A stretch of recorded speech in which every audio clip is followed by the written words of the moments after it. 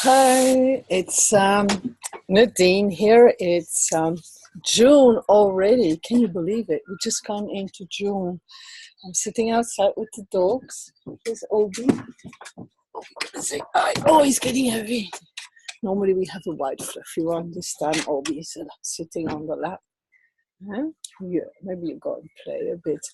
I find sitting outside, playing with animals makes such a difference. Where's the other one? To dealing with the emotions we had in these last days, this full moon. I don't know how you experience this. I just realized I'm only partially dressed. I've been doing things in the house. And I was like, I got this inspiration. I want to make this video now. I didn't really prepare much. I just got my laptop out. And I made a fresh kale juice with the kale that I'm growing here on my deck. And it was very healthy. It was not sweet enough. So for this upcoming week, let's start with a little meditation. And let's put both our hands on our heart. Take a deep breath in, hold, and breathe out. And notice when you bring all your attention to that slow breathing, how the whole universe seems to follow in that really getting slow. And breathe out. And then hold a bit like, dear. The inspiration that I came up this week is that we, in our minds, we have so many thoughts all day long.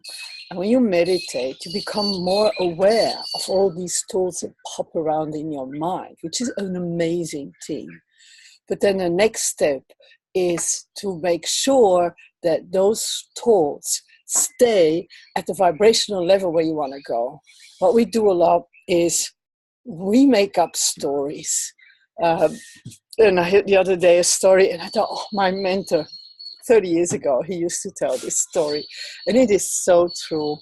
It's about a farmer who wants to go and borrow an axe at his other farmer, his neighbor, and it's about a 3-kilometer walk to go there. But he's like, yeah, no, I'm gonna walk there, because I really need this axe, and my axe is broken. And so he starts walking, and as he's walking, he starts to make already the conversation in his head and realize how often we do that, how often that you go before going in a meeting or something that somebody says, and we start talking in our heads to this person. So he says, yeah, so I'm gonna ask, Jeff to borrow his axe. He says, he'll probably say, because I don't know him, I haven't spoken hardly to him, he's probably gonna say this, and then I'll say that, and he's making up all the excuses why Jeff would not go and let him borrow the axe for a day. So he gets all worked up in his head.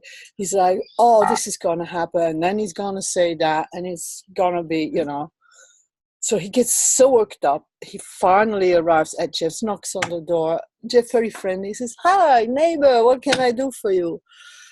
And he just goes, you and your axe, you can get stuffed. And he walks off.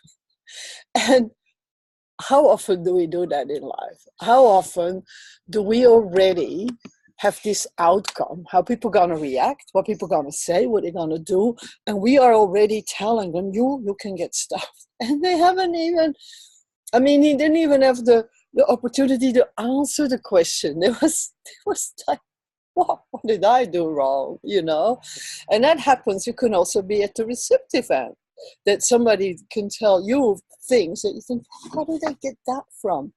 Everybody comes from his own story, and our stories are things we make up in our head, in our monkey mind. So the more time you can spend meditating, sitting in nature, enjoying a bit of sunlight if you can, spend time doing the things you enjoy, And don't overthink. Just go down a river with your oars up and go like, I got this. The universe got this. I am just going to show up with good intentions. I send my love ahead of me, and send that loving attention and go, oh yeah, isn't it nice? Look how beautiful the property of my neighbor is, and I'm sure he's a nice guy. And think like that. We are, in the end, we are all connected. We think we are separated, but that is just the illusion. When we are in bodies, that we experience each other as separate. But at a spiritual level, we are all part of the same oneness. So this upcoming week, don't think whether he's going to give you an axe or not, or whatever it is. Try to be aware that you are making up a story, and then go and sit with the story and say, how can I make this a story, a fairy tale? And what do I really want? And then what I do a lot is I journal.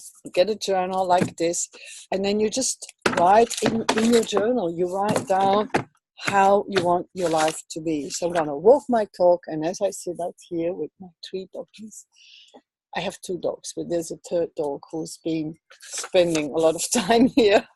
He just follows me around. So take a deep breath.